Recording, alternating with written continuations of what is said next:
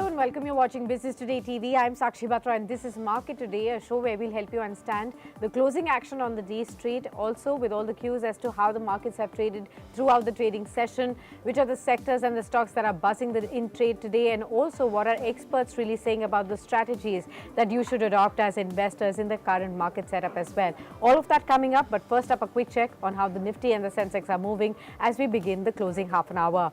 So about 145 points up for the Nifty, 17,449, 0.8% of an uptick. It's at the high point of the day. The Sensex also moving up by 450 points now, 0.7% of an uptick for that one, 59,410 as the current level. The broader markets also supporting. It's a broad-based buying action that you're spotting on the markets today, with the mid caps up by 1.4%, leading the index moves right here. The small caps also up in tow, 1.4% uptick. The India VIX levels are sharply down today, 7.5% at 12.9. So that's leading to the strong bounce that we're also seeing in the markets. The market breadth completely in favor of the bulls, with 42 advances to 8 declines today. In terms of the sectoral moves as well, all the sectors of the Nifty are up in the green, with sharp moves being seen on the metals pack today. Almost a 4% uptick is what you can spot. PSU banks rallying 3%. Almost a 1.5% uptick for the IT pack as well. Realty spikes are also supporting 1% uptick for the autos. FMCG is slightly up in trade, and the pharma stocks also inching up higher as we speak too. In terms of the gainers on the markets right now, it's the Adani Group stocks that are back up into the green. Second day in a running, and we're seeing Adani Enterprises up at 13.5% right now, 1548. In 2 or 3 trading sessions, we've actually seen this sharp bounce of over 20%. Hindalco up by 3.5%, UPL, Axis Bank and SBI, the top gainers on the Nifty pack. On the losing side, you have stocks like Britannia, Cipla, on the back of the news flows of US FDA and the observations there. HDFC Life and SBI Life, the life insurance majors, are in fact dragging, and Power Grid also slightly down in trade. Time now to welcome our guest for the day. Mr. Ambareesh Baliga joins in. He's a well-known market expert. Mr. Baliga, welcome to Business Today TV, and thank you so much for taking the time out for this discussion. Well, how do you see this bounce that we are spotting on the markets? Well, on the one side, it actually comes on the back of the slowing growth numbers that we are seeing on the GDP. But on the other hand, there's a bounce in the Adani Group stocks. Which way are the markets really giving more weight to, and what's leading to this point? And can it sustain as well? GDP was more or less in line, slightly below expectations, so that really wouldn't have had too much of an effect on the market. I think it was more of a relief. That's not worse than the numbers which we saw.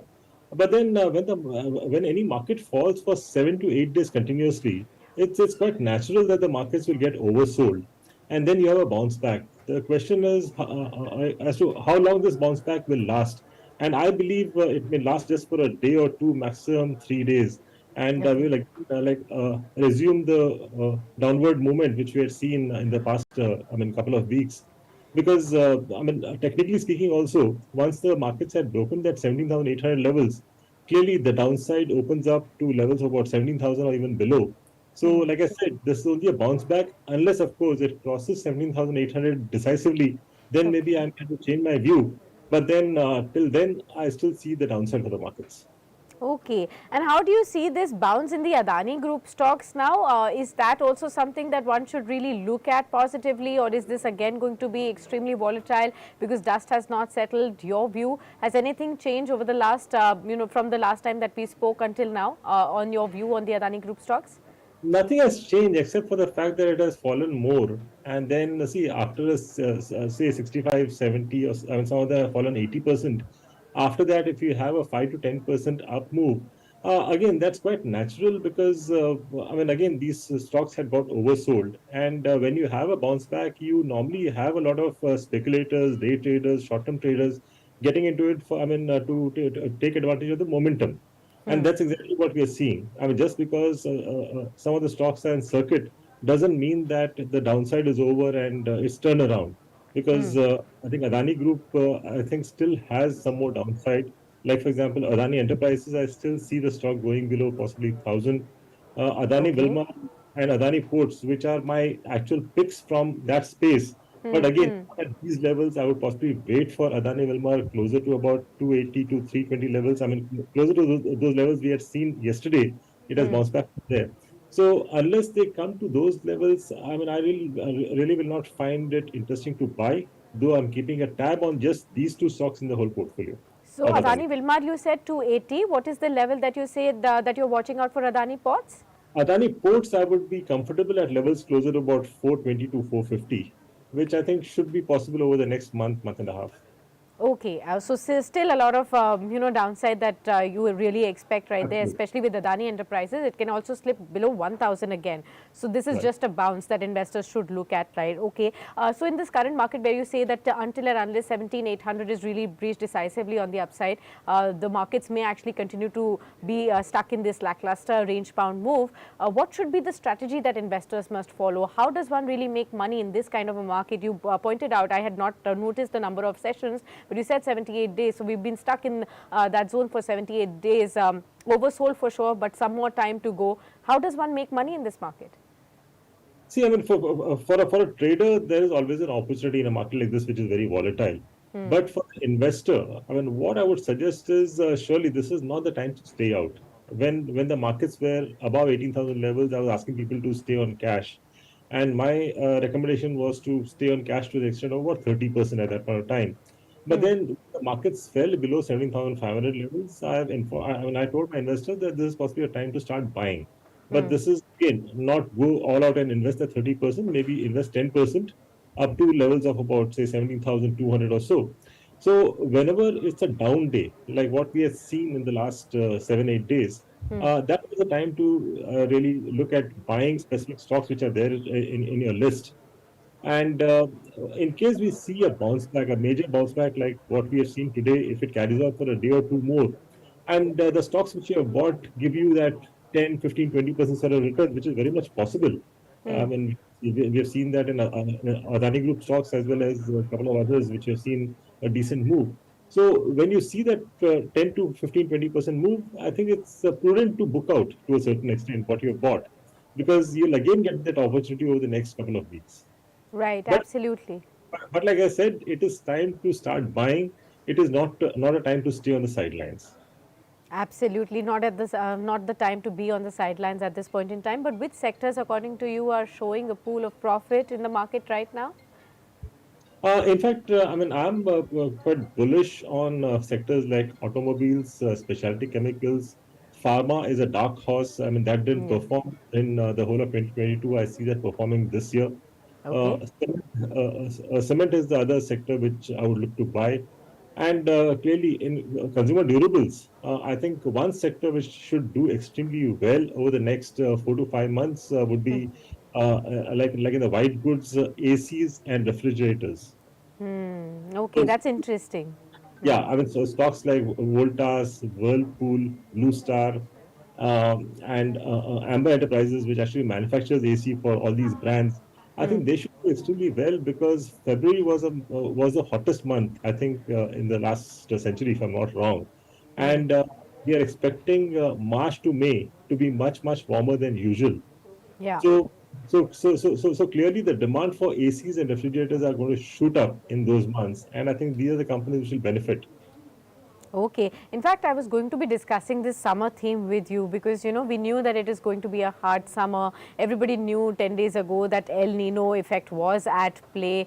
Has something new and different really come out of the IMD forecast yesterday, which is new for the markets? How will the markets really decipher the indications from IMD? No, I think, I mean, clearly we'll have a heat wave, so that would be beneficial for this sector. But going ahead, if the El Nino effect plays out and we don't have a normal monsoon, I mean, again, we have seen a normal monsoon for the last 4 years continuously. So, fifth year of a normal monsoon could be a bit difficult.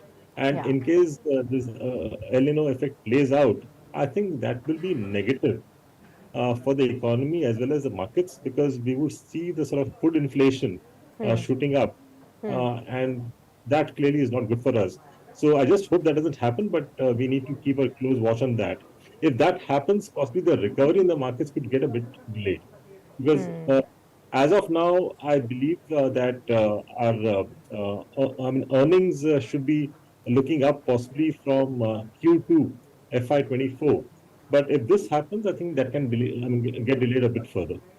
Okay, understood that as well. One more space that I wanted to discuss with you. Have you read into the kind of commentary that is coming from Federal Bank, analyst meet, speaking of the entire banking space? You talked about your preferred spaces like a pharma, cement, and some of these other stocks that you talked about. But what is your outlook as, we've also seen the culmination of Axis Bank, acquisition of Right. Citibank, and the operations right there. What could it mean for the consumer business going forward? See, in fact, when you see the economy slowing down, I mean, clearly your credit growth will also slow down to a certain extent. We have seen that effect already on consumption to some extent in the recent past. So that will play out on the banking space. So I'm not very bullish on the banking space as such. Even the NIMs, which were expanding in the last couple of quarters, I think that also is more or less peaking out. We have seen the FD rates actually moving up. HDFC Bank has, in fact, increased it to 8% for senior citizens. So I see, I mean, the rates going up at least as a 50 to 75 basis points more, which again means that the NIMs will be under, I mean, pressure to a certain extent. And at the same time, if you are not seeing the sort of credit growth which you projected, I don't see performance coming in. I don't see a crash as far as banks are concerned, but then I think it will be more of a sideways correction. So, I mean, no more major positive surprises from here. So, I mean, the way the stocks have moved up, especially the PSU banks, I think they would correct sideways correction, but I think it will tire out people. Okay. One more area that I wanted to discuss was on the new age stocks as well, or the recently listed stocks from the startups basket. What is your outlook on, say, delivery with respect to the kind of news flows that we've seen with SoftBank offloading the stake over there? Also, the kind of commentary we've got from Zomato, where they're very confident of growing the business as well as achieving the $100 billion revenue down the line. Your take on some of these companies?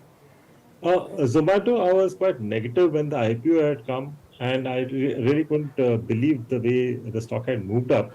But at closer to 50, 55 levels, with some visibility on the earnings, at least in the next 2 to 3 years, turning positive, and the way they're expanding, I think at these levels it makes sense buying Zomato if one has possibly the next 2 to 3 years, I mean, viewpoint.